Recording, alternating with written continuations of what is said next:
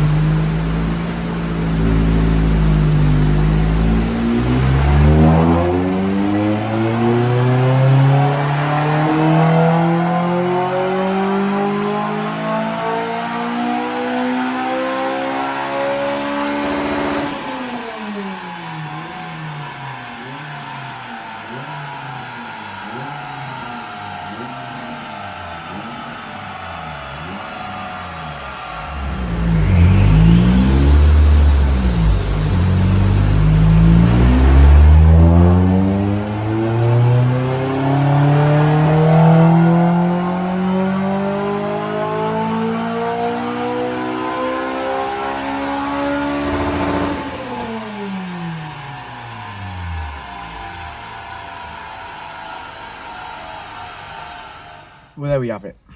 A black EP3, ECU exchange and remap. Yeah, it came in this morning for a Ultra Series Manifold, which we fitted. I think that the Ultra Series Manifold, in my opinion, is a little overkill considering the other mods that this vehicle's got. The biggest problem that this car's got, it's got a standard exhaust manifold coupled with I assume, a cheap Japspeed 112 sports cat. That's what's really hurt this car today. Yeah. You go getting more air in, and all you end up with is a bigger dip in the mid-range because it just fills the exhaust even faster. In this particular instance, it's got to take a 70mm on it, which we know is a good exhaust and will flow, but physically the manifold and the cat backs up, and then you instantly don't make power. So we lost it. We didn't lose power in the mid-range, still made power in the mid-range, but the gains are not as good as what you would expect. A little bit wavy in the mid-range, obviously, because that exhaust filling up. Yeah. Sort of overcome flow a little bit, and then obviously we start to pick up some peak power, but again, still down from where I'd expect. If this had a sort of 70mm throttle body on it with a good induction kit with a decent manifold on it. I mean, this car should be, I mean, my own personal car made 245. So, you know, it's, you know, you're sort of in the realms of around 20 brake horsepower down, I think. We do tune on what we're given, and each car That's on true. its own merit, isn't it? That's great. It's just the thing, if you're sort of mapping and you're at that stage, it's like you want to sort of see the best out of it, don't you? Yeah. So I do feel that, yeah, it sort of hurt this car today, that stock manifold. 220 brake we finished on. Yeah, 220, which is okay, I think, for the mods that it's got. It should be an improvement, but it just would have been nice with that extra 20 brake horsepower. See, we will see this young man again, no doubt. I know that he's going to go for a 4-to-1. I know he's desperate for flames, so you know he can't do that with a cat in place. No. So we'll see him again, and we'll tune it, and we'll get some flames out of it. We'll definitely get some more power out of it, that's for sure. That's it. It will unlock it, won't it? Because your first restriction is your restriction. It is, yeah. Look at the graph. Let's have a look at that graph. Let's do it. So here she is. Say it with me, lads. Red line is as she came in, blue line is as she leaves. Gains in the mid-range, as Richard said, but just not as much as we would want if we had other mods. But yeah, we finished today on 220 brake, 178 at the wheels. It's a lovely car. It's a lovely looking car. I like his choice of alloy. Yeah, like I say, there's more mods that can be had here to make more power, but generally I'm sure this is going to drive a lot better than it did when it arrived. So if you've got an EP3 and you want to talk to us about a selection of modifications and what's best to go for before you map, please do get in touch. You can fire us a message on YouTube, you can Instagram us, Facebook us, email us, or if you're really old school like us, you can pick up the phone and give us a shout. We'll see you on the next one, won't we, Rich? Will indeed. We will. Indeed. Said it before and I'll say it again. Life moves pretty fast.